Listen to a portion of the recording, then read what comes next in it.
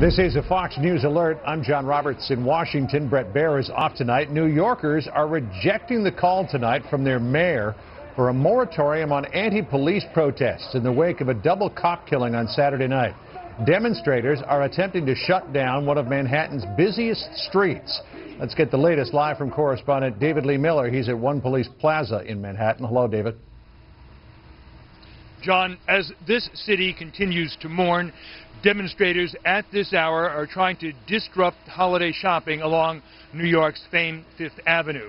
They are chanting such things as "Killer cops have to go." Many of them are carrying signs that say "Jail killer cops," and to fire Bill Bratton. He is New York's police commissioner. The protests are obviously in defiance of the mayor's request that all such demonstrations be suspended until the funerals of the two officers take place. The demonstrations come on a day when Mayor Bill de Blasio said the city must try and now heal, and he attempted to honor the memory of the two officers who were killed. New York City Mayor Bill de Blasio, joined by his wife, visited the makeshift memorial Tuesday morning in Brooklyn, honoring the two New York City police officers shot and killed execution style. It was here that Officer Wenjen Liu and Rafael Ramos were ambushed by a lone gunman, described by the mayor as a deeply troubled career criminal. Critics say de Blasio has fostered an anti-police environment that led to the shooting. In an open letter to the city, the mayor said, quote, "Saturday's killings were an attack on not just two of our finest men, but an attack on our democracy and our values." Hoping to help the city heal, the mayor this afternoon observed a moment of silence at City Hall. But first, he talked about improving relations between New Yorkers and the police. There's a lot of pain right now. We have to work our way through that pain. We have to keep working to bring police and community closer together. We have to work for that more perfect union. Despite the mayor's call for a moratorium on street protests until both officers are laid to rest, some groups say anti-police rallies will continue. A coalition of activists at a press conference at the steps of City Hall said they will not restrict their First Amendment rights and will hold demonstrations, including one planned for New Year's Eve. Murdering pigs, and what they are pigs, get away with murder. They get away with impunity, and this has to stop. New York Police Commissioner Bill Bratton said it's, quote, "unfortunate the protests will continue," adding they will be dealt with professionally. The police department is also preparing for funerals. On Saturday, for Officer Ramos, arrangements for Officer Liu remain uncertain because members of his family have to travel from China. Last night, his newlywed wife of 2 months, now his widow, thanked the community at this difficult time. We, the Liu family, would like to express our gratitude.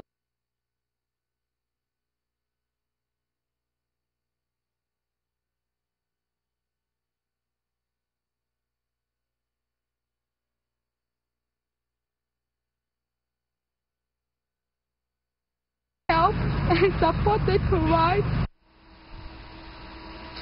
Vice President Joe Biden is now slated to attend Saturday's funeral for Officer Ramos. He will do so at the request of President Obama, who is on vacation in Hawaii. And in another development, John, the city of New York is going to honor the two fallen officers tonight at 9 o'clock. The lights will dim in a number of buildings and locations, among them the Empire State Building, the World Trade Center, and the Christmas tree at Rockefeller Center. John. A fitting tribute to the two officers. David Lee, obviously, as you pointed out in your piece, these protest leaders feel strongly about their ability to exercise their First Amendment rights, but have they given a cogent explanation as for why they can't wait a few days to both show respect to these two assassinated officers and as well to kind of lower the temperature there in New York City, at least for a few days? What we're hearing from the protesters, essentially, is that demonstrating, at least some of the protesters, I want to underscore that point, some of the protesters, John, now feel it's more important than ever to hit the streets. They feel that authorities are using the deaths of these two officers as a pretext to silence them, and they say now more than ever they must get their message across. And that's why we're seeing arguably so many people on the streets at this hour not the tens of thousands we've seen in the past, but those on the streets feel very committed to the cause for which they are now chanting and carrying signs. John? And we'll keep watching tonight's protest. David Lee Miller at One Police Plaza for us tonight. Thanks. More on this, by the way, with the panel coming up a little later on in the program. The reality of taxes is high on the list of life's unpleasant certainties, but you'll have to excuse a lot of Americans tonight for celebrating the continued misfortunes of an IRS that most people love to hate. The agency is already scrambling to deal with a major funding cut, and tonight, new evidence of just how deeply the IRS was involved in political skullduggery. Chief Congressional Correspondent Mike Emanuel has that story. It wasn't just about Lois Lerner. So says a new 226-page progress report from House Oversight Republicans on the IRS targeting of conservative groups. The report says there were 8 senior leaders who were in a position to prevent or stop the harassment of conservative groups seeking tax-exempt status. It was, in fact, all the way to the top at the commissioner level that this was allowed to continue. And I think that gives a good reason for the next Congress to continue the investigation until they've looked at all the documents and then put in the reforms to make sure this never happens again. Tax law specialist Hillary Gohausen emailed an agent in Cincinnati in April 2013, quote, "I think there may be a number of ways to deny them. Let me talk to Sharon Light tomorrow about it and get some ideas from her as well. This sounds like a bad org. This org gives me an icky feeling." There's a June 2012 email from then Deputy Commissioner Stephen Miller to his Chief of Staff, Nicole Flax, when he considered telling a Ways and Means subcommittee about the IRS targeting of conservatives seeking 501c4 status. Quote, "I am beginning to wonder whether I should do the hearing and affirmatively use it to put a stake in politics in C4. Well, I think with his ever-changing story, it's obvious that he was misleading the Ways and Means Committee. He had information that he was considering putting out that would have enlightened the American people before the election, and he withheld it. The panel's top Democrat, Elijah Cummings, is critical of the way this report was handled. Quote, "It is revealing that the Republicans, yet again, are leaking cherry-picked excerpts of documents to support their preconceived political narrative without allowing committee members to even see their conclusions or vote on them first." Meanwhile, the IRS budget was cut $345 million in the $1.1 trillion government funding package Congress passed. Agency leadership is warning there may be a delay in processing tax refunds and other services. There's going to be a price to pay, as there already are, for the revenue that we're going to gain from IRS enforcement is going to go down. The ability of taxpayers to get the assistance they need is going to be more difficult, and things like that. Critics say the agency should work on its efficiency. All that happened is the budget's going to the 2008 budget for the IRS. Perhaps they should try something like become more productive, like the rest of the world does. Before the scandal, the IRS had a positive rating of 20% with the public. Now, after the fact, it is likely to remain an easy target, somewhere to cut at budget time. John? And no doubt we'll hear more about this in the new Congress next year. Mike Emanuel tonight. Mike, thanks. Thank you. Stocks hit historic highs today on Wall Street following good news on Main Street. The final numbers for the third quarter GDP indicate growth at an annual rate of 5%. That's the fastest in more than a decade.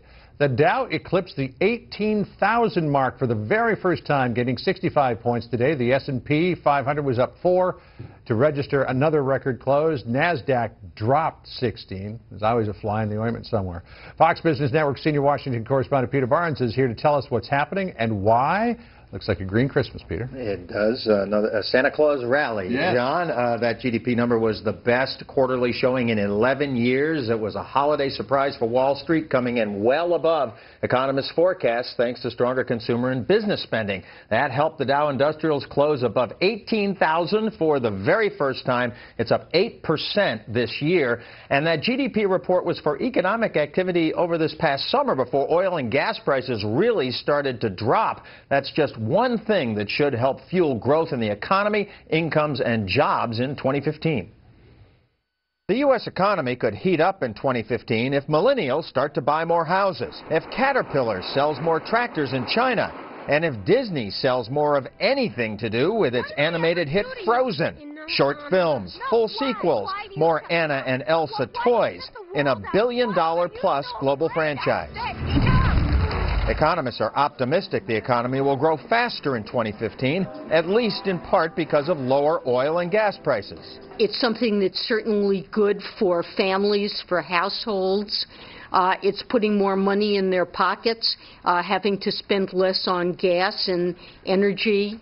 And so in that sense, it's like a tax cut that boosts their spending power. The National Association of Business Economics predicts U.S. GDP will grow 3.1% in 2015, up from 2.2% in 2014. They see employers continuing to add more than 200,000 jobs a month in 2015, helping to push the unemployment rate down to 5.4% by the end of next year, from 5.8% in November this year. NABE members believe the Federal Reserve will help by keeping interest rates low next year. They do expect the Fed to start raising rates in 2015 from 0 now, after keeping them at 0 for the last 6 years because of the 2008 financial crisis and recession and tepid recovery since then. But rate increases will be small and gradual.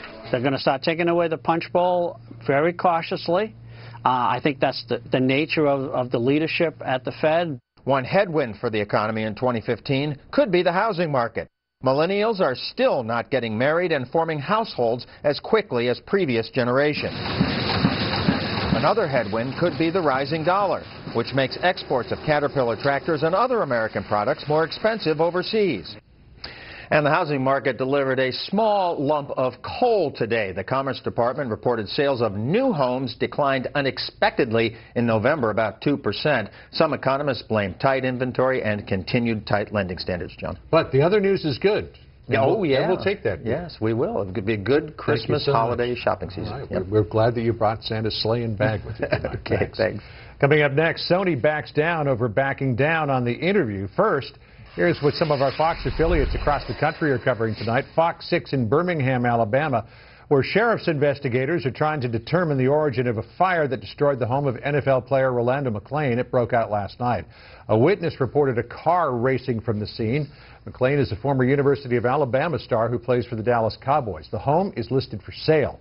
Fox 8 in New Orleans covering a vicious storm ripping through the Deep South. This is video of a funnel cloud in Ellisville, Mississippi. West of there, in Columbia, the Marion County coroner says 2 people have died because of a tornado. Many injuries are reported, and emergency rooms are said to be overwhelmed. And this is a live look at San Diego from Fox 5. The big story there, king tides making swimming hazardous for holiday beachgoers. High astronomical tides and elevated surf are churning up strong rip currents and even flooding low-lying areas. Officials are urging swimmers to check with lifeguards before entering the water. And that's tonight's live look outside the Beltway from Special Report. We'll be right back.